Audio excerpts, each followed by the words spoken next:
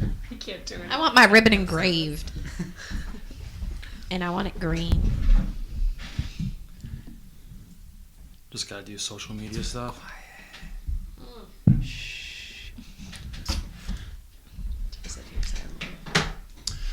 All right. Well, welcome back to the Brain Gravy Podcast. I'm your host, Ryan Heckman. Here in studio, I have my co-hosts, Corey Coleman and Matt Reichman. Well, hello. How's it going, guys? Fantastic. And then our guest tonight is comedian Madeline Smith. Hello. How are you, Madeline? Hi. I'm good. Thank you. Thanks for making the long trip down from Rochester. How was that? It was great. As we were talking about before we started recording, I have no service on my phone. And then when I was driving in here, I kept going past signs that said cow crossing. There were big pictures of cows. So I was like, this seems good. But we've done shows around here before, you and I together. So yeah, in Hornell and yes. Wellsville. And then actually in Almond at the Hummingbird gig, yeah. Yes. Where you met Scurvy Dog. Yeah, do you guys know Scurvy Dog? Do you guys know Scurvy Dog? Did we ever tell you that story? No. Why don't you go ahead, Madeline? Well, there's not really much to it. It was basically, we did this show in like the middle of the day. It was part of like a weird festival that was like hippies but also people with guns, which was like a weird mix of people. And then it was like this comedy show that we were doing in the middle of the day, and the owner, I guess, is named Scurvy Dog. Yeah, that's right. And he started like screaming when I was on stage. It wasn't really a stage. He was just like, so he could just walk up and try to like grab me from behind. And he was drinking, what was he drinking? Black Velvet. Black Velvet. Yeah. But here's the thing. There'll be reaction. It was great. He gave me some of it. It was really gross. So Scurvy Dog, like he owns, like, have you guys ever been to Hummingbird Hill, the place? So it's a strange you have, place. yeah, I that's was right. up there later that night, I think, actually. That's right, yeah, you were. So like, Did you get inappropriately grabbed? By No, Scurvy I did Dog? not. Sadly, I did not. From Scurvy Dog behind. he was in bed by that point. He was, yeah. Because it was like 3 p.m. when the show was taking place, right? It was Really like, weird time for comedy, yeah. well, it was just funny because people were so drunk and like fucked up in the middle of the day, so it was great. I know, like I'm so happy that you got to be exposed to like our little Yeah, I part of love New it. York from that perspective. From the bustling metropolis of Rochester to Almond. No, I really liked it. That's why I was asking. I want to do more shows like that because I like doing shows out in like weird places. So Well, Hummingbird Hill is really cool because it's Yeah. like you have you ever heard of Pollywog Holler at all?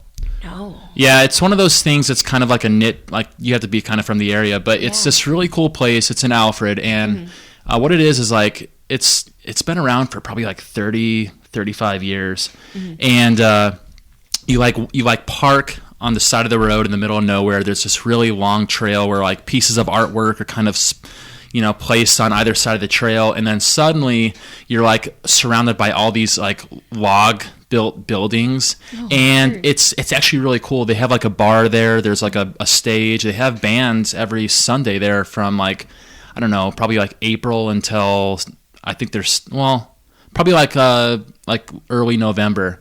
Wow. And it's this really cool place in the middle of nowhere. Yeah, and like a bunch of people go there because it's like when I was younger, it was kind of like a lot of people would go, but a lot of people still didn't know about it. But now it's one of those things that all the college students know about. Everybody kind of like on a Sunday at 2 p.m, if you have nothing better going on, you're going to Pollywog to just party for a little bit. Yeah, is everyone like doing drugs there? Is that Yes, okay. yes, Pretty much. yeah. Cool. That's what it sounded like. But I just want to clarify. Like, But discreetly. I Yeah. mean, because you could see like your science teacher there. Oh, really? Yeah.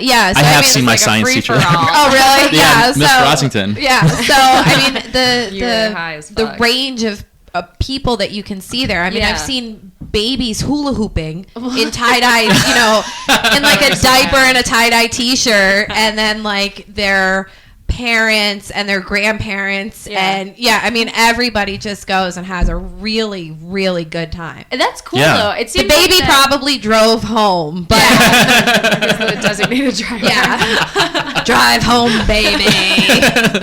Yeah, it seems like a weird mix. That's how it was at Hummingbird Hill, too. It was like a bizarre mix of people, kind of. Yeah. There were definitely some, like when we were coming in, my husband was like, I don't understand this place. Because it was like there were these like weird hippie people like selling this glass jewelry.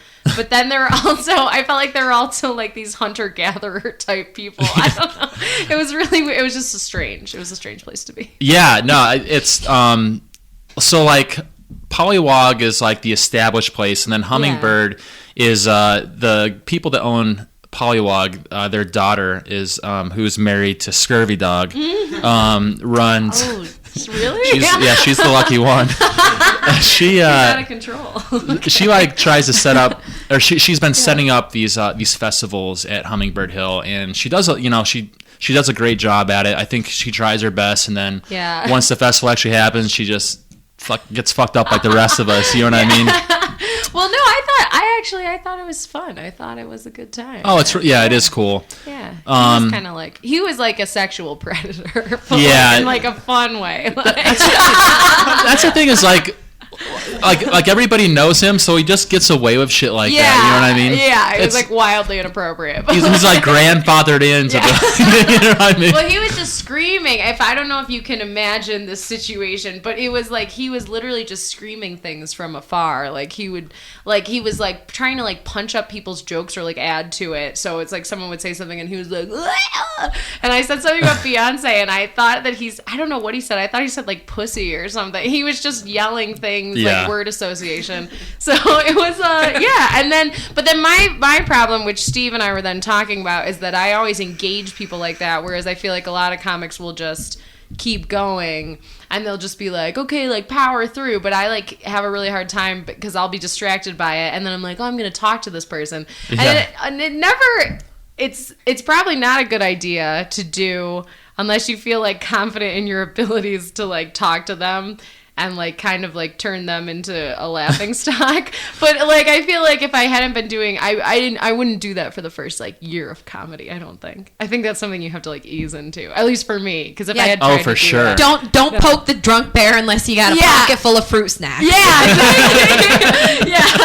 I wouldn't like recommend, like I never did crowd work until like a year in. So it's I'm like, I still like the thought of like a Scurvy Dog situation happening to me is like terrifying. Well, you were there. Well, I feel like he was kind of yelling out during everyone's though, wasn't he? Or maybe he just got powered worse. through. Yeah. Like he's not there. That's probably good because then you're not derailing yourself too, which I always do. Yeah. So it's probably good not to. But I mean, you did that. Like that's the thing about you is like you did figure out how to do that, and like you were destroying that guy in the most polite way, you know, and like everyone knows, you know what I mean, like everyone could see the situation. I don't know, it was really cool to actually see that happen, because I mean he couldn't really do anything at that point, like he knew what he was fucked up, and the thing about it is his place too, right? So I mean but you want to be paid, and like the thing about it is like about an hour before that I seen him drink a whole bottle of Fireball. Oh my god. Yeah. I know. Gross. Just to give you an idea of how fucked up. Yeah, I know. Fireball. I can't stand it. Yeah, I can do like one baby shot of it. Yeah. Just one baby shot. Just like one, like tiny baby shot. Just one little baby shot, and then I'm like, I'm a sipper. I'm gonna sip this one, and then I try to act like really like dignified. Like I sip my shots. Oh, you do them all at once. What a monster. I drink this like Brandy. Yeah, I can't throw back stuff that smells like potpourri. Yeah, and it does Yeah. too. It's very strong cinnamon aroma. So yeah, I understand. It's like the walk into Wegmans where all those scented pine cones are right now. It's just a little overbearing. Exactly. I think but you get drunk. Yeah. So I don't know. I think it's easier when you're like in college. I feel like when I was Everything's college, easier when you're in Yeah. college. You're still really stupid. Yeah. And your mom still sends you money. Yeah. Oh, yeah. Oh, the good old days. Shit. Yeah. Yeah. That was nice. Well, you just brought it up. So you've been doing comedy for what, 3-4 years? Yes, three and almost a half years, because I started in June of 2013. So. Well, like I really actually want to talk to you about like your whole just beginning, like how you started comedy and then where you're at. So like just like to get right into it, like how did you what was the day that you said, I'm gonna try stand-up comedy, I'm gonna try to like go to my first open mic? What was that day like? I don't know. I'm just looking at other people around the table trying to make eye contact. I don't know. I'm trying to think. I didn't go to an open mic, actually. I didn't go to an open mic, which is probably like really bad advice, because people are like, you should do open mics first. I signed up for a contest and I didn't do any open mics. And like my husband, my boyfriend at the time was like, you really should do an open mic first to like test this material that you wrote to see if it will be okay. And I just kept being like, I would go to open mics, and then even though Rochester is like a pretty cool progressive city, like it kind of sucked at the open mics when I would go, because I would just go and no one knew me and they were all like best friends. Well, you've experienced for sure, that. yeah. Everyone's like, we're super best friends. And then it was like 100% dudes. There were literally no women. And then like one time I went, and this one comic who's actually a nice person, but like I didn't know at the time, he was like trying to do this like weird, bizarre crowd work with me. And he was like, hey, do you like to be choked during sex? And I was like sitting I was like sitting alone in the back, and I was like, ah! And I was like, fuck, I can't go up now because I'm like horrified of like everyone. So I just didn't. I never did an open mic, but I did. The first time I did stand up was in the Funniest Person in Rochester contest at the Comedy Club. No in shit. Rochester, yeah. Wow. So I jumped right into a contest, which is like horrible, probably like really horrible advice to give to people wanting to do stand up. But Well, how'd you do? oh, I did really well, actually. I moved on to the next round of the contest. So I was like, well, that proves that I can like be successful. But the thing that sucks about it is like when you first start, you like feel so, well, I don't know. I'm like speaking to you also because obviously you. No, this is a good contrast because I have just started. I'm a year in. You've been doing some stuff though. Have you been doing it for a year? I actually less than. My first open mic was at Boulder in May. Now, see, I feel bad because I didn't even know of your existence. I feel like, but that's because I probably just. Well, so like you said, it's hard to break into the friend circle up there because it is. Like you go up at Boulder and it's like if you don't know anybody, like everyone's back in that backstage little corner there, like talking, and I'm just like, well, I'm gonna go sit out in the crowd of 5 people, and then it's like I just try to be friendly to people and then friend them on Facebook and then. Like memorize their name, and so they have name like face association, and that's how I've slipped my way into the circle. But it is hard though, because people are really, and it's like that in Rochester, and it's like that in Toronto and New York, and like every. I'm sure it's like city, everywhere. Every single. I think in bigger cities it's even worse sometimes. Like I feel like in Rochester it's not as bad as it is like in New York City because it's so like, even though it's such a big city, the scene is still pretty. Like everybody knows each other. Yeah. So then it's like when you first move there or you first go down there to do shows, you're like trying to ingratiate yourself, and it just kind of is hard. So I think it's like that. Like I like a lot of the podcasts that I listen to are LA based comics. Yeah, and they all know each other too. They do, yeah. Right? Well, actually, it's interesting because like I listen to a lot of comics that play at the Ice House. Yeah. Which is classic comedy club out there in LA, and then they'll be talking about someone from like the Haha or somewhere like just 40 minutes away, and there's a whole nother group up there that I hear them talking about, but I don't listen to podcasts from that group, so I don't know any of those people. Well, I think it's very much split into like an alt scene and a club scene sometimes too, so I feel like there's people who do like alt rooms, and like obviously in Rochester's such a mid-sized city that it's like not big enough for that, I don't think, but I think that there's like like there in Rochester we have a lot of like alternative comics sometimes who will like wear a lot of flannel and like just look at the ground and mumble a lot, and then they think that it's hilarious because then all their friends are there being like, that's hilarious, but then in actuality like I feel like you need to. So I think it's good to go out. I guess the point of what I was trying to say was that I think it's good to go out to places like the Scurvy Dog Experience, because then you can't just do like your like cute alternative like liberal jokes, because obviously like a lot of my jokes are about like being a liberal feminist and like but so I want to see if like I can still do well in situations where no one like agrees with me or no one is similar to me, which is why I think it's good to go and do shows in places outside of your like very small friend bubble, because everyone in Rochester's like best friends, which is great, but it's like you gotta well, that too, and it's like if you work on if you're trying to do new material, sometimes it's really hard to gauge like, okay, is this funny just for this little crowd? Is it funny for my friends? Is it funny for, because like like the Buddha Pub is like the Wednesday night open mic. Sometimes that's the strangest room for me because so like I've went in there and had like an amazing experience with they just have a crowd for some reason and they just want to fucking laugh. Yeah, and there's an energy in the room. And then I've gone in there and it's basically like Italian Mike in the front seat, and it's the only person. It's the only person in the room. That was like last night. Yeah, it's really hit or miss with stuff like that. Yeah. I feel like with open mics in general, it's very like, you know. Have you gone to any of the open mics in Buffalo or Syracuse? Yeah, what I've are gone those to like? a bunch. Really, they're like very similar to Rochester. I feel like everyone's like they're in their own group, but once you like ingratiate yourself into the group, then it's good. And I think it depends on the open mics because oftentimes it is just like other comics, which are like, what is the point of doing jokes in front of other comedians? Because like you're not getting it's not like a good gauge. It's your hardest crowd too. Yeah, comics don't want to laugh at comics. Yeah, and I feel bad, but I don't even like listen to a lot of people because I'll just be like looking at like my phone or my notebook, Instagram, which is so rude. But it's just because you're just like this is every night of my life. So like Yeah. So I think it's better if there's like actual just normal people. For sure, yeah. I mean, sometimes it's hard to get that in Rochester, like depending on the night, depending on like the time of year and all that. But like, is there places in Syracuse and Buffalo that were like they have like a good like just people come off the street, or is it sort of like Rochester? No, for sure they do. I feel like the clubs actually in Syracuse and Buffalo are really good. Like Helium and then Laugh Helium Factory, and right? there's Funny Bone in Syracuse, but I haven't like done anything there in a little while because I used to do the Chicks Are Funny show there, which is like the woman show. Yeah. And then I don't know if they're even still doing that because they have like a new manager, so I'm not really sure. But it was good. Those seem to draw in a lot of people because they have like email lists, so they'll just send it out and be like, here's all these free tickets to these local showcases, and then like a shit ton of people will come. Yeah. Whereas like I don't know, I feel like sometimes with open mics it's like there's not often a ton of people off the streets. I guess sometimes there are. Like Milky's, which is a place on Elmwood Ave in Buffalo, they have an open mic and there'll be like people, like actual people, audience members.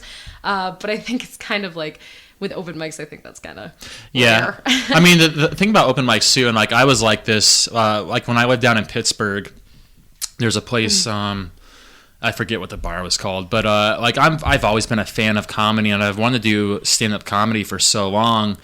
And for a while there, I'm just like, I'll probably never do it, but I can go to this open mic and watch other people do it. And so it is like I was a fan of comedy, and like so I just go there and watch these open micers, and after about 3 times there, I pretty much knew everyone just by face. I didn't talk to anyone, but I was like that guy does this material, and like I could tell that it like at open mics you get about 10 to 15% new like people off the street, and then the other like 75% are people that just go there because maybe they're thinking about doing comedy, maybe they just want to see it first, and then you have the comedians. But it is nice when you have like a place that has an emailing list like that, and you can just get crowds. People will just come in if they're like, it's free. They'll just like come to whatever. So I think, but yeah, that's really cool. So you wanted to do it, and then you didn't do it, and then you finally got up the courage. That's awesome. No, Steve moved in from New Zealand here to Alfred, and I met Steve, and we started just hanging out, playing video games, and I knew that he was like a famous stand-up from New Zealand. Yeah. And I'm like, and I watched his videos online. I'm like, wow, this guy's really fucking good. I wish we were playing video games down in my living room one night. I'm just like, I really want to try it. And he's like, well, you just got to go do a fucking open mic. He's very Your blunt. old pal, Steve. Yeah. You know how blunt he can be. It's just like, yeah, you just got to do it. Yeah. I'm just like, okay. So in the first bit I did was just, it was talking about this guy that actually like a version of Scurvy Dog, but his name was Chipper. There's a lot of people like that. Welcome to the Southern Tier. Shit. Southern Tier, But his name was Chipper, and he's like basically a version of Scurvy Dog that lived up the road, and he was my best friend, like my high school best friend's mom's boyfriend. And he would be in and out of prison, like jail every 6 months. And he was like really addicted to Vicodin. And he was just a giant like piece of shit. But he would buy us beer anytime we wanted to. So there's a consequence with that where if he bought us beer, he would stick around and drink it with us. And when Chipper got drunk, he was just like, oh my fucking God, get the fuck away from me. You know what I mean? Yeah. Classic scurvy dog stand-up situation. Yeah. You know how it is. Yeah, exactly. But but I had this really, really good story. It's like it's my best like real story that I've had in my life. Where like me and my friend are walking home from school one day, and we get to that. I think you probably drove through it. There's a 4-way intersection at the end of town there with a blinking light. We get about right there, and his house is like kitty corner to that intersection. And we get about right there, and we're looking like we at the house, and we see Chipper up on the upstairs balcony with a circular saw, which is like, you know, the kind that has like a blade that goes this way and you hold it and go like that. It's for anyone that doesn't know what a circular saw is. And he has a circular saw, and we see him up there using it, and it immediately was weird because Chipper never worked. Like, and I'm just like, what is Chipper on meth today? Like, is he just got doing house chores? Like, what the fuck is he doing? And this is, I swear to fucking God, 100% true story. I'm gonna say that right now. Yeah. We walk up to the front of the house, and Chipper comes running out of the front of the house with his hand wrapped in a towel, and the towel's bloody. And he says, call the fucking ambulance, I just cut off my fingers. And he unwraps the towel, and his fingers right here, his middle 2 fingers, were cut off completely. I seen the meat, I seen like the stump of a bone. It was bad. Yeah. So I know, and that's like I've never seen anything like that before in my life, and I'm like I'm starting to go into shock. Like I'm just like, holy shit, what is happening right now? I'm fucking gross. You know what I mean? So and my friend Eric, who just hated him, is just like, are you fucking kidding me? Yeah. What the fuck? It was just like pissed off that he has to go do something. Like, I guess I'll go call the ambulance. Goes inside, calls the ambulance, and I'm out there standing with Chipper, and Chipper's like, I forget exactly how the conversation went, but he said something like, do you think I should go find my fingers? And I'm like, yeah. I was like, Chipper, we just learned this in school. Yeah. Go find your fingers and put them in milk. We just learned this. That's how you keep them safe. Put them in milk. Okay. Okay. Right. So, what you're actually supposed to do is put chipped teeth in milk. Teeth in milk. Teeth. Oh. Body parts on ice. Body parts on ice. Yeah. But I was so... You're halfway there. I was so discombobulated on my Chipper. Go Bon Jovi. And Chipper's such an idiot. So he runs off, and I can see him on the other side of the house, rooting through weeds trying to find his fingers, because they fell off the balcony. They fell from like 10 feet up off the balcony. He finds them.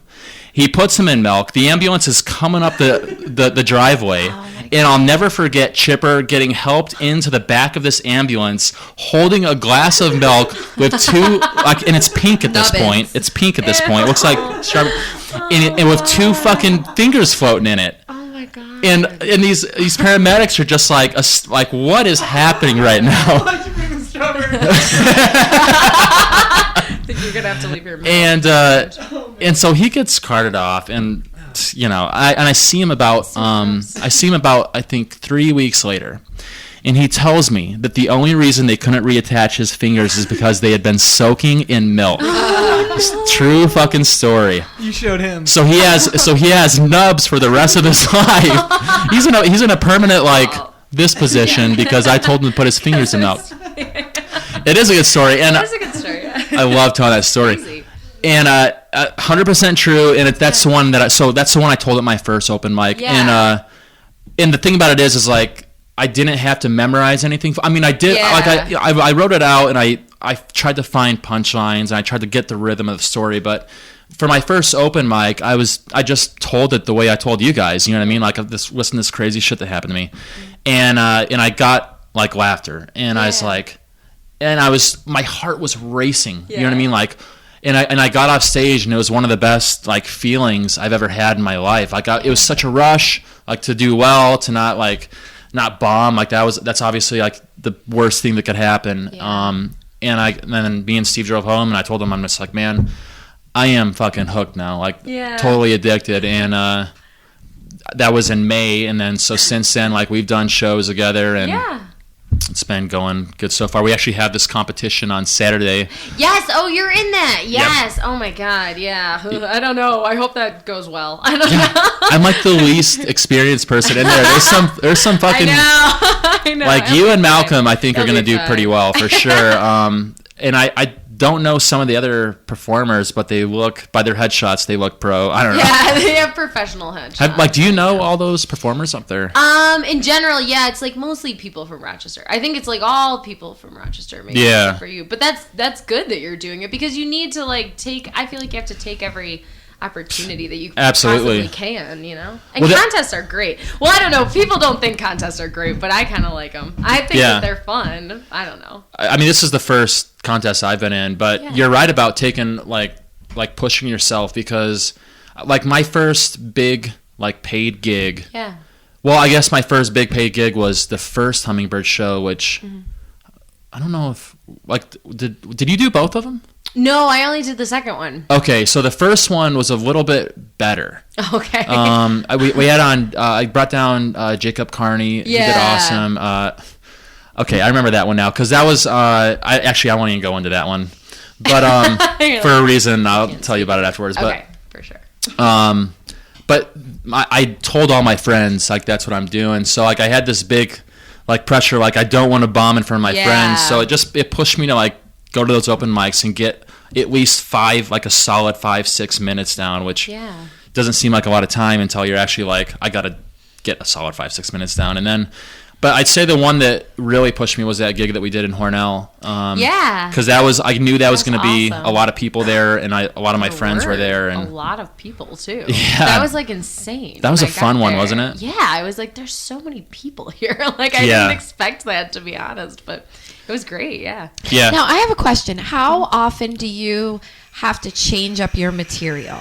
Because I'm a bartender, and there's nights that I work, and I mean, I just got back from vacation, so I have like a week's worth of guess what happened to me, guess what I did, guess what I did, so somebody else new comes in and they're like, oh hey, how you been, what's going on, and I have like a little spiel like, oh hey, bada boom bada bing, I did this, I did that, we went here, we did this, I got this, and then it's like, okay, here's your Jack and Coke and I'll holler at you in a couple minutes. Yeah. And then Bob comes in and it's like, Bob's like, oh, hey, how you been? Where you been all week? What you been doing? So it's like, bada boom, bada bing. I did this, I did that. Your whole thing. Yeah, so it's like by the time I'm there for like an hour and a half, I've already told the story about, like getting lost in, wherever I was and whatever I did, and I had the best sandwich ever. Yeah. So how often do you have to make up like a new bit, or, do you customize it to where you're going and who you're talking to? Yeah. And if you're doing something that you did in Rochester a few times, can you bring that to San Diego? I mean, like, can you, it's like, oh, it's like a new outfit to, somebody else. It's like, oh, check this out. I wore it all last season, but it's new. Yeah, it's new when you're in a new place. I feel like then it's like always new because you're just like, they never heard this before, so there you go. But yeah, I feel like that's funny that's like your day-to-day life too, but I feel like it's like, I think for me when I first started, I think I always keep up with new stuff like constantly, and now I don't think I do as much, but that's because I feel like most weekends I'll go somewhere that like isn't Rochester, so I'll go and do a show in a different city or a different place. So I don't write new stuff as much as I probably should. Like I feel like a lot of people every single day will be like, I write for 20 minutes a day, and I would try to do that sometimes, but I think it's more so like how you were saying with like you went on vacation and had these experiences. I feel like for me it's like if something happens to me, then I'll be like, now I'll talk about this, but it's not always so much just sitting down and being like, this is pretty funny. It's more so like based on, like experience. So I probably should have like more of a turnover now at this point, actually. But I think as long as I keep going on the road, and I'm moving too, so then not all my material will be like new when I move to a new city. So yeah, but I think that's the thing that kind of sucks about like even being in Rochester or somewhere like it is a big city, like considering being an upstate, but it's not big enough because it's like the same 20 people. So if you go and do the same material at open mics, I feel like people are just like, okay, like we already know, we heard it, we heard your like weird impression or whatever it is that you're doing. So you have to kind of try to come up with new things, I think, if it's in front of the same people. Yeah, no, it's true. Like I have probably like 13, 14 minutes of material, and that's it. Like I have stuff on my phone that like I have stuff like I've wrote a lot. Most of it's garbage, and I have stuff on my phone that I'm trying to I text myself like something will happen. I'm like, oh, that'd be funny to talk about. Yeah. But like other than that, it's just and the problem is too is like for me, I have to keep doing open mics to work it out. You know, some people just like Steve just does half the shit off the top of his head. I don't understand. Yeah, he also has been doing comedy for like 20 years, right? So yeah. I always try to remind myself when someone's really, really good, and I'm like, oh, I wish I had those skills. I'm like, well, they're like way ahead of me too. So maybe that's why. But you're right. He is really quick on his feet, like super quick. Yeah, really quick witted. But I mean, so this has been since May, and I have like basically like a solid, like a tight, like 13, 14, like a tight 15 just to round it off of material it's taken that long, and like I have nothing else. So you know, just like that's okay though. Like that's the difference. So you know, as far as like Madeline, you could probably do an hour if you wanted to, with right? like crowd work. I did over the summer at a show that I did, but I feel like it was like a lot of talking to people too. But your crowd work sounds like material. That's the thing. Good. Thank you. Like I enjoy watching you. Like whenever we do these gigs together, I always enjoy watching you because I'm like I know like I enjoy your bits. Get singled out. Yeah. But it's also like your crowd work. I'm just like you're really good at it. You know what I mean? So it's fun to like just watch like, okay, how's Madeline gonna handle this scurvy dog tonight? The kid with the eye patch. Oh, were you? I'm sorry. Yeah. We have like literally already met, and I was like, "Who are you? Did we meet there, or were you just like?" I don't know if we really met. I okay, went good. and watched, yeah. Thank you for remembering that. But then, see, that's very nice of you. But then sometimes I think that I'll have to like be aware of what I'm doing too, though, because I feel like that works really well for like shows in like Wellsville or wherever, which is fine. Which those shows are great, but it's like, but I feel like moving. My husband and I are moving to either Toronto or New York City within the next, basically like in February is our game plan. And it's hard because you're like, I love to do crowd work so much, but I do feel like lots of times when you're shooting to get TV spots and stuff, you can't be so all over the place. Like you need to just like condense your punchlines and just like get them out. Whereas I feel like oftentimes I have all this stuff to do, but then I'll be distracted by someone and I'll be like, this guy has an eye patch, and I like, and everybody thinks it's great and they love it, but then it's like, I'm glad that people think of me, that they're like, wow, she's really good at crowd work, which is like a super nice compliment. But like, I also feel like sometimes like I need to just tighten it up and not be so distracted by people. So yeah, thank you though. I'm glad that you were there. It's funny, like we had a group chat, like the week after that gig, we were in a group chat because we all know that guy.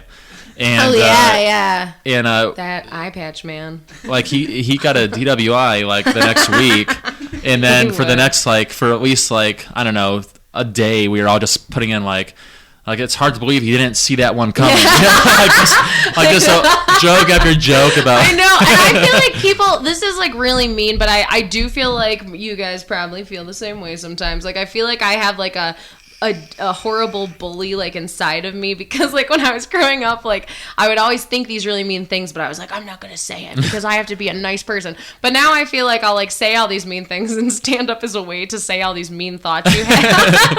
But people are like, oh, it's funny, it's like lighthearted. But I think sometimes it's not. I think sometimes it's like actually kind of mean. I think you can tell with people's crowd work though. Sometimes people take it to the point where it's like, oh, like I saw this one comic who, I won't say who he was, he's a really friendly man, but like this, and there was like a heckler guy, and he really shut him down, which is great, like that's what you're supposed to do, but then he was like digging into him so much, like basically like, I want you to die, and I was like, this seems like you're taking it. Now the audience isn't having a good time.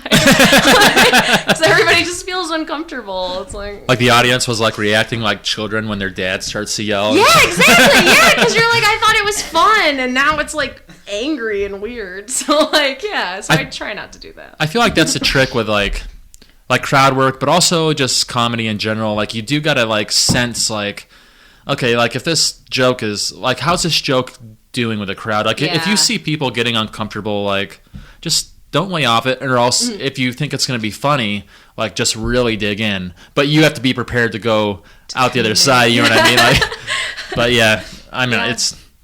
So you're thinking about moving to Toronto or New York City by February. That's exciting. Thanks. Awesome. I know. I'll still come back to visit. Yeah. Don't worry. Don't you worry. But I'm not sure exactly where yet because I'm kind of like weighing the pros and cons. Yeah, because Toronto has a really good female comic scene, right? Yeah. How did you know that? You told me. Oh, okay. I was like, you're so knowledgeable.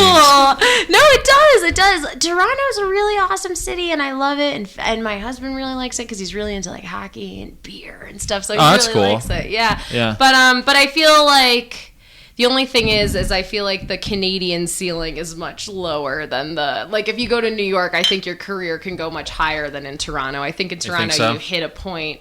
Like in Rochester, it's like you plateau after a certain amount of time. So I just don't really want to just do that again. I'd rather go somewhere where I can like keep, going up. Like, isn't it kind of like you said earlier? Isn't it kind of hard to break into the New York comedy scene? Like, do you know people there already? Or? Yeah, because I've gone down there a lot. When I first started, I went down there all the time because I feel like I was so obsessed with doing comedy that I didn't even care about like losing all my money. Like I would just be like, it's like of course I've always that's where I am at. Yeah. Like I'm driving to Rochester. Right? Anyway. Oh, you just like lose so much money and people are always like, when are you gonna like quit your day job? And you're like, I don't like, it's not lucrative. Like comedy's not like a lucrative thing. Yeah. I mean, at first. Eventually it is, but it's not like, even for me now, where most shows that I do are paid shows, it's still not like lucrative enough to sustain a living. Like if you're an adult human, you can't like live off of, like $200 a week or something. Like it's just not enough. So I think, I mean, and not to ostracize you guys at all, but what do you guys think? Because I feel like sometimes I'll talk to people who are not comedians and they have like no concept of it. And they'll just be like, it seems like you're doing well. You're doing all these gigs. Like, why don't you just quit your day job? And I'm like, because a lot of them are unpaid. Or a lot of them are paid like $50 or something, or drink tickets, and that's just kind of how it works. But do you guys ever feel like that? Like, what do you guys think? What are your thoughts? Do you like with Ryan? Are you like, Ryan, why don't you like quit your job? Because I think people don't have a concept of it if they're not in it. Because I certainly didn't until I started. I feel like I had no concept of like the money behind it. Go ahead, Corey. Okay. Yeah, I'm sorry. I didn't mean to put you on the spot. No, that's fine. I think that there are people out there who are naturally funny. Mm-hmm. I think that there are people who can come across and put out a good show. Yeah. Who have funny things to say. Who can come up with funny things that are going to be liked by many different people. Yeah. I don't particularly think that rednecks are incredibly hilarious. However, Jeff Foxworthy. Oh God, I know. Listen, when Jeff Foxworthy starts going, you're a redneck when. Yeah. It's like, oh yeah, I know some motherfuckers like that. Yeah. Some Budweiser drinking, Americanas. Yeah. So, I think that when you have a good, funny, humorous, witty sense of humor. That you have no problem pushing limits and finding your niche and finding who you want to talk to and what you want to talk about. I know I have to tone it down when the older veterans come into the Legion and, I can't tell about, wild Friday night kind of things because there's just certain people you just don't talk to about those kind of things. You have to be aware. So I have to mind my fucks and my cues. So, yes, of course. Yeah. So, for me, I know that knowing what you have to offer and being flexible, and understanding that like oh, I'm going to try this. Yeah. You know, I didn't get, I think neurosurgery is fucking rad. Yeah. You know, but I mean, I'm not going to go moonlight neurosurgery on, you know, like people on the weekends. You know, like I'm not going to drive to Rochester and do a little brain surgery on Saturday night and expect to get like 6 figures immediately. Yes, yeah. You know, so I think that, you know, the shit that I'm doing in the basement with like the old dogs from the SPCA, you know, I'm getting there, but it's not going to be anytime soon. But I think, you know, I mean, like if you have a goal and you're okay with, you know, small stepping and understanding, like, I'm not Jerry Seinfeld right fucking now. Yeah. Like, not today. Not, you know, not today. I'm not him today. But knowing that, like, there's some really good comics out there and there's, like, some really untapped, adventurous kind of areas to go into. Now with, you know, social media being so accessible to everyone and, you know, just getting your name out there is a lot easier than it was Yeah. No, you're last year You're versus, you know, 2 years and 3 and 4 years ago. Everybody's got a fucking Facebook page. Yeah. You know, just share it. No, it's true. I feel like you have you have a pretty good understanding of it then. That was pretty good. Usually I feel like a lot, because it seems like for someone who doesn't do comedy, it seems like you understand it pretty well, because so many people are just like, so many of my friends, I feel like, will just see things on, like, the internet, and they're like, man, your life is going amazing. Like, it looks like everything's amazing. And I'm like, I still work, like, a 9-to-5 job, and I'm still completely poor, and I drive a very old car. So, like, I just feel like that a lot of times, I guess that's a whole other thing, but lots of times on social media, you know, people are like, well, everything's perfect, and like in actuality it's, it's not at all. Well, it's funny, like it's funny, like you mentioned it, and it made me think, like, when I first started listening to podcasts, I was listening to a lot of LA comics, like on the like Def Squad comics, like Tony Hinchcliffe, Brian Redband, all those guys. I don't know if you know them or not, but and it's like I didn't know anything about comedy. I just knew, like, these guys are comedians, are hilarious, and then in my mind, I thought they were like fucking rich, you know, like rich. Yeah, of course. And like all they do is comedy, but it's funny because the other day on one of the podcasts, and especially now after being like in comedy and like realizing that like some shows only pay $50, you know what I mean? Or less, or less, nothing. Or nothing. Yeah. But it's like, it's funny because like so like one of the main guys that runs all these podcasts, his name is Brian Redband, and he does this little monologue intro to his podcast, kind of like I do. That's where I picked it up from. Actually, I'm just copying like what he does because it sounded good. And he just went on this little rant. He's like, I know all you guys think I'm really rich, but it costs money to do all this stuff. Like basically ranting about like the cost of like running a podcast and like paying for bandwidth fees. And I'm just like, man, you know, I thought that he was really doing well, but he's just going through the same shit that I am. It's the same as your life in a lot of ways. Well, and then also for them to have become, obviously you know, and probably most people know, but for them to have become that level of success where they do comedy as their full-time job, that probably took them at least 8 years. Oh yeah. Yep. And that's 8 years living on a coast too. Like it's very rare that would happen for someone. Not that people upstate can't make a living, but I just think it's a lot harder because it's like, sure, yeah. You know, there's just not as much. There's not. It's not like in New York where you can go to like a million clubs or whatever. So you have to put in like a huge amount of time, and you have to basically be like, okay, well, I'm not gonna have kids. I'm not gonna buy a house. I'm not gonna do all these things that all these other people are doing. Exactly. Because I'm like so committed, and I'm gonna miss all these like family events, and like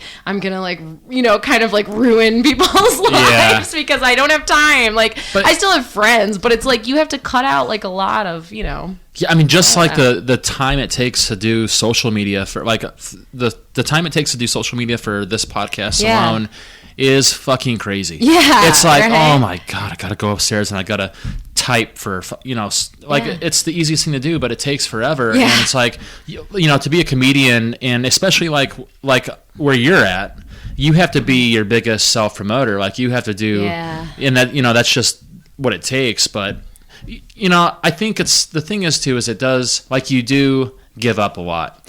But the thing about comedy that I love, and that I absolutely love, and I've wanted to be a part of it for so long, is like when you're hanging out with a bunch of comedians, that's like the it's so fun to be around comedians. It's so fun to like make people laugh. And it's the biggest rush that like I've done some fucking fun things in my life. I was in the military for 4 years. I've done all sorts of shit. You know what I mean? Like that, like doing comedy, being on stage and making people laugh, best thing that I've ever done in my life. Yeah. You know, and that's what you chase. It's worth every moment of like, you know, like wondering, okay, what should I eat this week? I guess it's fucking ramen for the 80th fucking day in a row. Yeah. Or like, you know, like spending your money like on gas to just drive because for that 10-minute experience and then driving hours back and all that. It's like, it just adds up to this experience that once you experience it, you get it. You know what I mean? And I think like for a lot of people, they, you know, that like you said, they see you post pictures and it, you know, that's success. I mean, that is success. And I think for people like you've put a value to that because you know how much you're getting paid. But like people that see it are just like, they're in awe because they've always wanted to, like I was that person for a long time. I just see people just be like, fuck, God, what I wouldn't give to do that. What I would kill to be able to do what that person is so easily doing for 5 minutes. You just had to give up all your money. I just had to give up all my money. All your money and all your time. And drive to the big city of Rochester. I mean, so you could either pick up an awesome crack habit or you could be a stand-up comic. Yeah, pretty much. So take your pick. I'm still leaning towards crack, but I don't know. What do you guys think? Maybe you can do 50-50. Yeah, 50-50, maybe. Maybe then I'll just like kind of just ride that 50-50 medium. No, but Corey, like this is the thing, Maddo, and I'm glad that you're able to meet Corey because like the moment that I met her, I told you from day one you should be a stand-up comedian, even before I thought about doing it. And like it's the thing about this area that sucks is like you guys like, don't have you have a family, you have a husband. I don't think it's probably, you know, I'm like. I have a dog that's my responsibility, and even then I find it hard to drive to Rochester. You know, it's just like I come here on Thursdays. This is my Rochester. This is your one and thing. it's like 11 houses to the left. But I'm happy That's about all that that. it is. Like I'm happy that we have you here for that but don't you think that Corey could be a stand-up for sure? For sure, yeah. If you really I mean? like to talk to people and like and tell them your stories and stuff, and you really enjoy that, I feel like you should definitely. And they're always honestly there's really. Not to like go on and on about it, but there's so few women. There's like 1% of comedians are women, I feel like. So it's always nice when there's a new woman because it never happens. Yeah. So yeah, you should do it for sure. All right. Yeah. Yeah. Do it up. Just come to Rochester.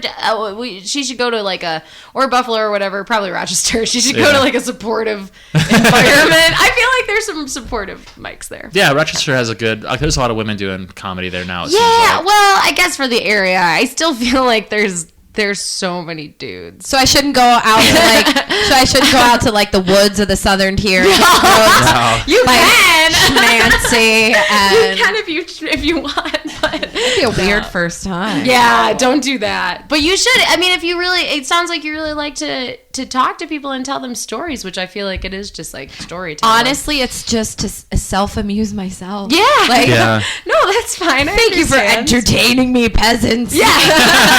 I completely understand. But yeah, I think you should. I mean, if it's something you're interested in, yeah. Oh, you know, my husband and I, we stay up late at night and just laugh our asses off. Yeah, that's the best. And there's times, you know, he's very intelligent and he's quick-witted and well-read and well-rounded. You know, so speaking to someone on a consistent, regular basis helps as well. Yeah. You know, I mean, having someone that you can talk to and bounce things off of.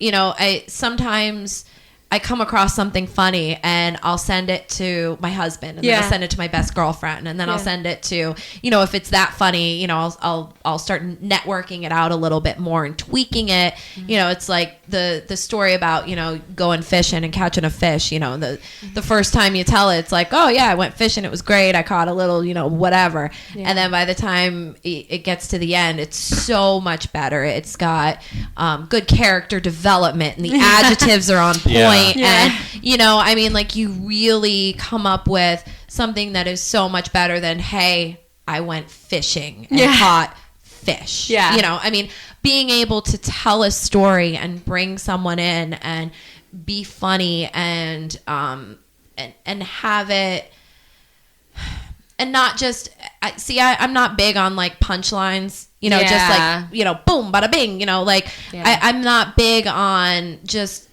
all night one-liners, you know, being able to incorporate the same one line after, you know, after you do 5 minutes talking about this and 5 minutes talking about this and then bringing something else back into it, you know, being able to do those kind of things. And it takes experience though. Yeah. And just being like, and just being witty enough to, you know, to be able to put things together in just a little, just a little bit off, but so that it's a whole story, you know, so it's not just, you know, like ADD all night long. Yeah. It takes time to figure that out though. No, like, I know what you mean. Yeah. Like you'll do a bit, like if, let's say hypothetically you do a bit and it's this 5-minute story, you'll start to see like where people respond.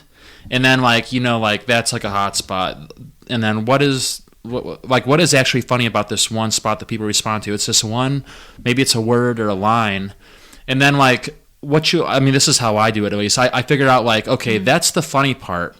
This is where I am right now. I'm going to take people, like if they're on my side already, if I've won the crowd, I'm going to take them for a little bit, you know, a little trip on this because I know where we're ending up. Yeah. And I'm going to build them, you know, I'm going to get them ready for it. And then just like, you know, that's where you need to end up.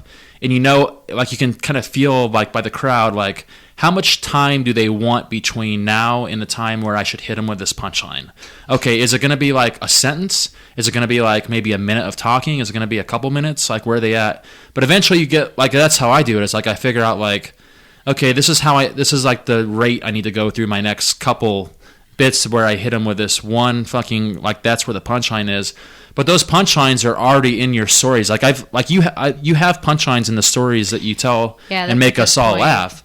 You just got to dig them out. You know what I mean? I think that's a really good point because when I first started, I didn't know how to. I mean, I still don't. I'm not like a very good joke writer. I just do stories and then like. Yeah, you'll just find a punchline within it. So I think that's fine. I like storytelling style better too than Me too. Definitely better than, not that I like hate one-liners. Like there's some, like I think Dimitri Martin's really good. I like him a lot and he does a lot of one-liners. But I mean like I would be more drawn to storytelling style because it's more conversational and you feel more like it's like you're actually with a friend as opposed to someone who's just like prepared a monologue for you. So yeah, you should do it for sure. Start writing. I use Google Docs for all my writing. Like a lot of people write on like by hand. I can't do that. Really? Yeah, I only write by hand. Really? I don't know why. Yeah, I mean that's a better way to do it for sure. Maybe, but then you can like lose all your notebooks and then actually it's a creative aspect. I write. Really? Yeah, I write, and I've tried a whole bunch of times to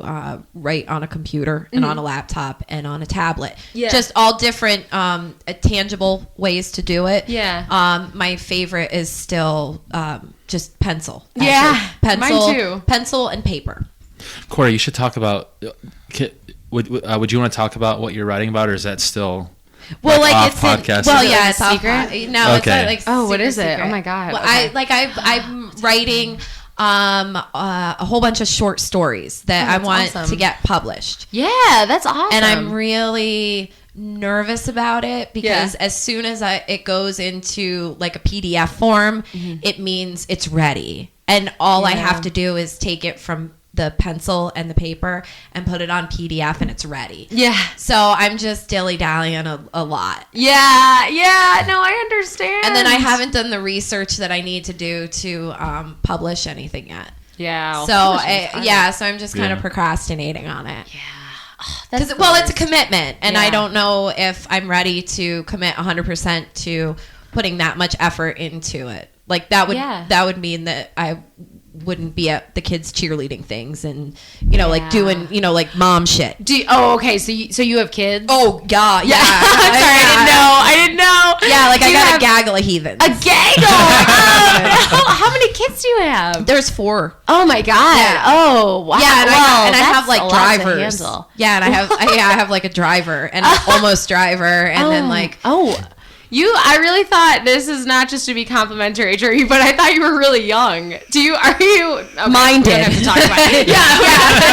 Young-minded. Yeah, immature for life. You look very young. You look very young. I feel young-spirited. Good. Yes. But your kids are driving age? Yes. Your kids are wow. Yes. Okay, that's crazy. Yes, especially when it happens in your own home. Yeah. Yeah. Well, no, I see what you're saying. I mean, that's really, I feel like I had the same thing when first starting stand-up is because, and I'm sorry, we got off on a tangent, but you asked me about that before, and all I was going to say was, I think I first wanted to do it when I was like 18 or 19, but then didn't do it till I was 23. So I put it off for like 4 years because I feel like it's very terrifying to do something that it's weird because people are like, what are you afraid of, failure? And you're like, I don't know if I'm afraid of failure or like being successful. I don't know if I'm what you're afraid of, like, because being successful is like your dream, but then it also is like terrifying too. So there's responsibility and success. That's what it is. Yeah. I don't know why, but I just was like so horrified for so long. And I was like, I didn't have like any responsibilities. So that, and then on top of having 4 kids, I'm sure it's difficult. But you've already started, which is like the hardest part. So you've already accomplished like the first thing. So that's great. Oh, I'm super excited. Yeah, that's awesome. You have like notebooks full of writing. Like you're like the Howard Hughes of Greenwood, basically. With like this notebooks of writing. Yeah. I have journals in a 31 bag. Yeah. Oh yeah. I'm like super middle-aged mom. And, yeah. But like it's secretive, like it's secret. That's great though that you're doing that. That's really seriously. And like when Ryan, when you were talking about like the feeling of doing, and you were like, it's all worth it. I was like, oh my God. Like, because it is true. It's so true. But I feel like you go through these things every single day where you're like, it's so worth it. And I love this so much, because as soon as you're done doing like when you do really well and everyone's like, we love you. And then everyone's coming up to you after and they're like, we want to be your friends. And you're like, oh my God. Yeah. And then you're like driving home and you're like, oh, I'm so happy. Like my dreams are coming true. And then I feel like the only problem with that is then immediately the next day you're like you're like, this is so hard. Yep. And like, why are other people more successful than I am? And why am I not like doing a better job? And I feel like self-comparison, I'm really bad with that. I'm like horrible with that. I'm trying really hard to not be like that. Get another decade under your belt and you won't give a single fuck. Does that help? I promise you. I promise you. And I feel like I'm in the throes of it. Oh, honey, when you're nearing 40, everybody can suck your dick. Yeah, no worries. That's great to hear because I feel like when you first, I'm still kind of like in that phase of like being like a recent college graduate, and you see everybody else around you and like all your friends from college are like, we bought a house, and you're like, what? Like what am I doing with my life? So I feel like I really struggle with that. So I'm trying not to do that. You know what's funny? My husband and I, we've known each other since we were in high school. Yeah. We graduated in 1997. Oh, wow. And we're friends with people on Facebook that we went to high school with. Yeah. And we'll be like, laying in bed next to each other, scrolling through our posts and everything. And we look at each other, we're like, oh my God, can you believe these two are having kids on purpose? Yeah. Can you believe what these guys are fucking about to embark upon? Yeah. Like, if you guys only knew. Like, I hope you're all done napping and adventuring and drinking wine and like doing all that fun shit. That's because like my nightmare. I'm so pretty soon everything is gonna change. So scared. I don't think I'm gonna have kids. I'm too scared. It seems like a lot of work. Everything's a lot of work. It seems like more work than I can handle. I don't know. You just budget your time and pencil shit in. Yeah, I know. That's all. And then triage your smells. Like what's important, like that shitty diaper or where that burning smell is coming from. Because if something's on fire versus like a diaper rash, you just judge you just judge the tragedies as like what could possibly be the worst case scenario for that moment. Makes sense. In 5 more minutes, something else is completely different is going to be happening. This is the same catastrophic. Yeah. Oh, fuck yeah. Enjoy your Corona. And vodka. May I suggest vodka?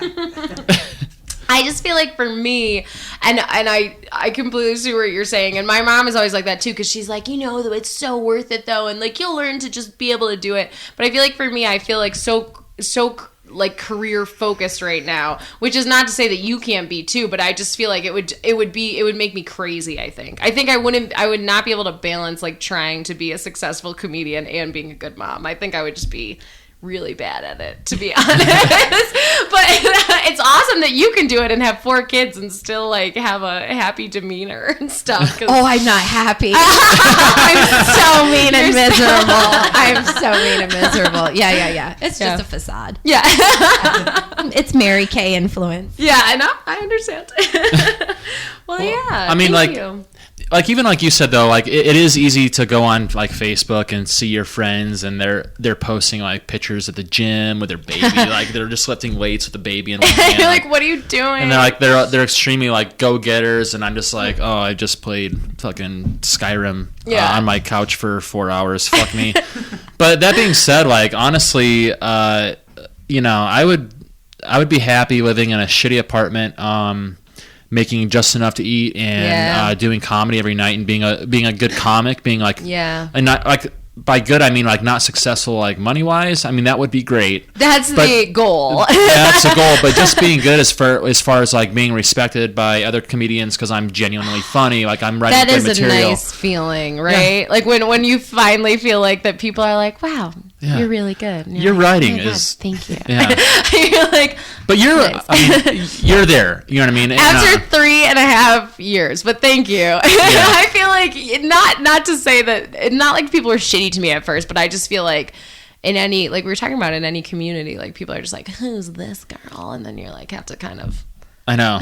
earn their. Oh no! Earn their respect. That's the thing is like I've been in that situation so many times in my life because like I've always just changed up my whole scenario like every couple years in my life. Like this is the longest that I've been even like I've been here for 5 years now. It's the longest that I've stayed put since high school. Mm-hmm. And I've always like I know how it works when you go in a new group. Like people don't know you at first, like you know, and you just can't be a fucking weirdo creep. You gotta like let people like warm up to you. Like you can't force it. Like there's a formula to get that to work. But. Yeah. And people don't, well, I don't know. I was going to say like something that sounds really mean and I didn't mean it to be mean. I think that people don't like, sometimes people who have been doing comedy for a few years don't like when a new person comes in and seems to be doing well immediately. For sure. Yeah. People are just like, what the fuck? And like, and I, at first, when I first started, I was like, why are people being so mean to me just because I like moved on in this contest or whatever? Yeah. And then I see later now, like looking back at it from a perspective of doing it for a few years, I'm like, oh, because they feel like that you don't have the right. That's the thing, is that I think a lot of times people are like, you don't have the right to be doing this yet. Like, you need to suffer like I did. Yeah, like, yeah. And that's a crazy way to think, but I do think it's just like, you know, it's like kind of like what you're saying with new parents. You're just like, you don't know like what I've been through. Like, so you're looking at these people and you're like, you don't know the struggles that I've been through to like get to where I am or whatever. So I think sometimes that can be hard too. But if you see someone like that,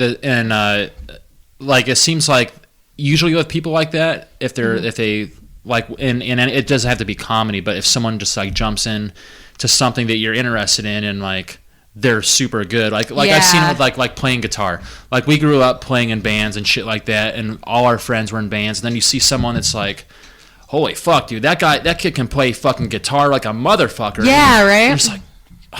And you know why? It's because that kid's been it's because they've been practicing in their fucking room for 5 hours a day for the past fucking year, while you've been fucking playing for 5 minutes at a time and playing the same old things that you always play. So it's like, you know, like when you see people like that, I think it's like there is that, like, you know, they haven't earned it like I have. Yeah. But I'm sure it's also a little bit threatening in the sense that, like, you know, because it keeps people in check. Like I know, like with me, like when I see someone, like I get checked when I'm not doing as what I should be doing. Like when I'm playing Skyrim for fucking 5 hours instead of, and I see someone and I'm just like, you know what?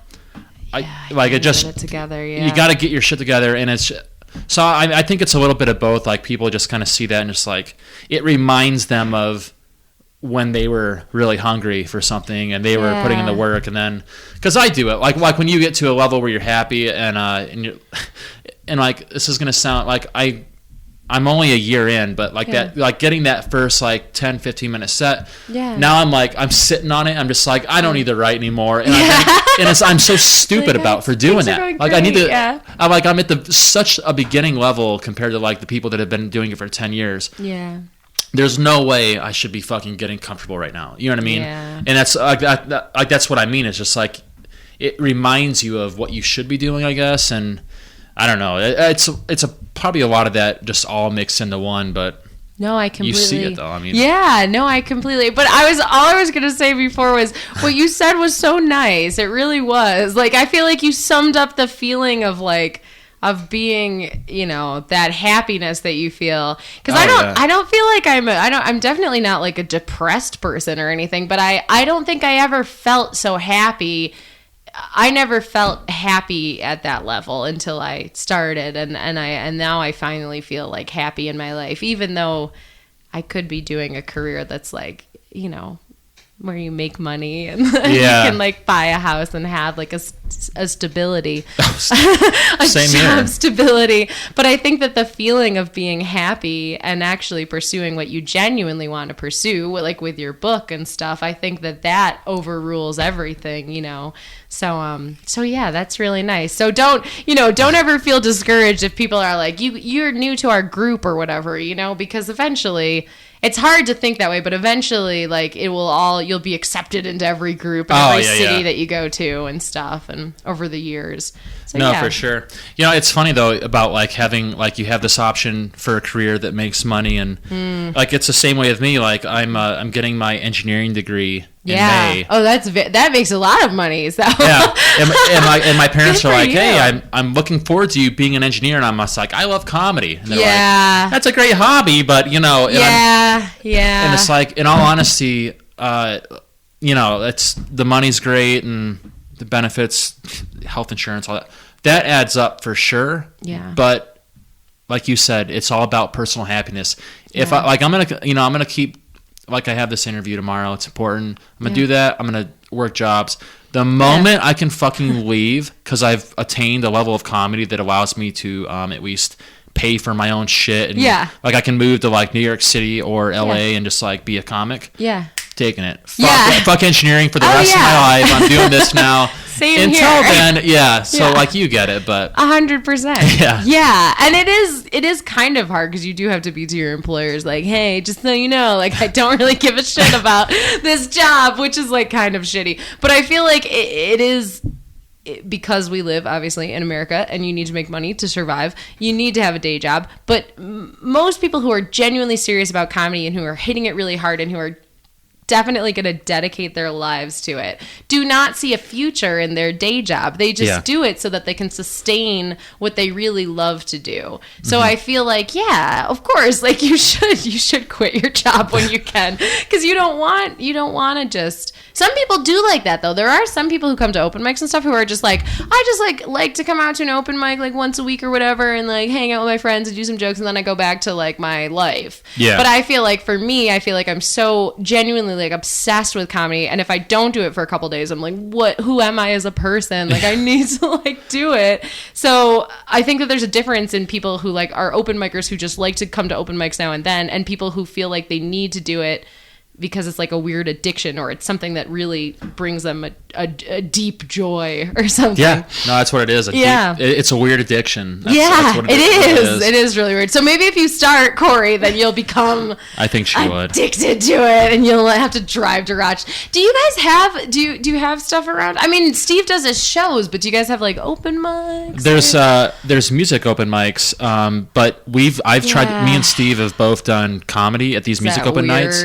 Well, thank God Steve was there, because Steve is great at handling crowds. Yeah. And like Steve would go up and be like, you know, hey guys, we're doing comedy, and then like get into an argument with someone at the back. And like, but Steve's been doing it for so long, he just knows how to handle that shit. And then Steve would get the crowd settled, and I'd come on and do like, hey, my stupid 5-minute bit, and then Steve would come back on after the crowd's like gotten heard enough to where they want to get loud again, then Steve settles them down and does it. Yeah. But like the comedy open mics are hard because it's people don't go there to see comedy. They go there to drink beer, talk to their friends, and hear open mic music in the background. Oh, okay. So it's hard to get but there's the Creative Arts Center in Wellsville, which has an open mic on Wednesdays. I've never been. I know the guys that run it. They're great guys. Cool. The Creative Center in Wellsville, the Creative Arts Center in Wellsville, is a perfect setting for comedy. That's awesome. Yeah, it's just one of these places that we're trying to get going, I guess. But yeah.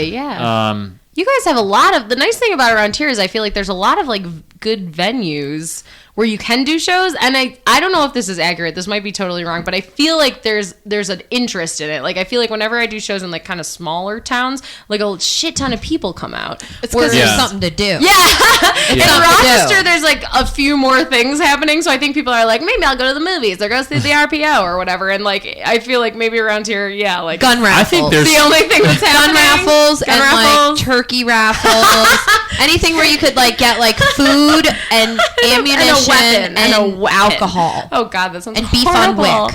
Yeah, I mean like those things will draw everybody in from the fucking mountaintops. But you work at the Legion, right? I do. Too, which is like a big comedy thing. I don't know if they've not. had it there, but No. there's a lot of American Legions that will host comedy nights that are really sold out. Like they'll really pack it out. I don't know. I guess not yours, but it might be something. You're been talking about it. Yeah, this whole environment here is very, very small. Yeah, like you know, you passed through Greenwood. I did. Yeah. You're halfway through Greenwood. Oh no. Yeah, seriously. you're halfway through Greenwood. You made it to downtown, and exactly what you went through is exactly what's on the other half of town. Oh, really? So anytime that anything goes on, it's something big, you know? Yeah. So, I mean, like the comedy nights around here, I would have come, I had to work that night, you know? So, I mean, you know, whether... You know, there were so many people too. I was just surprised at how many people came out, honestly. Because it's something new and different. Yeah, and people really seem genuinely like excited, like they're like ready to laugh. They're not as hypercritical as I feel like they are in kind of bigger cities where they're like, "What's this person like been on? Like, what are their credits? Like, have they been on TV?" I feel like here they're just like, whatever. Like, I don't care who this person is. Yeah, he was he was mucking shit this morning in the barn. Yeah, and now he's up there telling jokes in polo. And that's what it is great. around here. I think that's awesome, actually. I like how it's like so supportive and people are really into it. That's cool. Well, everyone's related. So you can either be like really supportive or you can just like completely burn down your family tree and say fuck them all. You kind of have to be a part of the community. And Well, I think we're gonna wrap it up here. It's been a very, very fun podcast. I know. I'm sorry you didn't. I don't know anything about comedy. It's okay. He just sat here and didn't speak. I'm here to listen. I'm sorry. Just completely ostracized you. I'm sorry. That's all right. You know, I don't know nothing. Like sometimes he has these zingers that like just kill it. That are awesome. Most times I'm nothing. This is like your fourth or fifth podcast. I've only done so we're still warming him up. All right. I'm still getting warmed up. Gotta ease into it. Actually, even like our first podcast, like if you go back, like whenever someone's like, "Oh, I'm thinking about listening to your podcast," I'm like, "Please don't listen to the first episode." You're like, just jump in now. Just listen. Yeah. Although, we honestly do the election night one because that one's the best. I don't think I could even listen because I was so stressed out that night. So we were all a little stressed out that night. Yeah, it was stressful. Yeah, I was talking to you about that. Like we started off like I think like 8:39. Everybody's drinking. Oh, and then Tim, one of our other co-hosts, not here, reads us off, and it's like, huh, upset a little bit. Weird. And then, like over the course of the night, Tim just kept reading. I'm just like, okay, when are these states going to start reporting in? Yeah. And then it got to the point where we're just like, we got to start rationalizing this new future of ours. But I don't even want to get into that. Yeah, let's not talk about it. It's too upsetting. Let's not talk about it. I don't want anyone to get mad. So. But Madeline, thank you so much for coming down. Yeah, thank you so much. Awesome podcast. I had a lot of fun. Yeah. Do you have you have any gigs that you want to plug? Well, we should plug the one that you and I are both doing this Saturday night at the German House, which is a really cool old theater in the South Wedge of Rochester. What time is it? It's at 8, I believe. I think 8 it's o'clock. Yes. I think it's and 8 or 9. tickets are $10 or $15. I don't even know. Who you know. Yeah, depending on who's telling them to you. But yeah, so if people want to come out to that, and yeah, check out my website, MadelineSmith.com. You got MadelineSmith.com. Lucky. MadelineSmith.com. Here we go to the whole website. Yeah.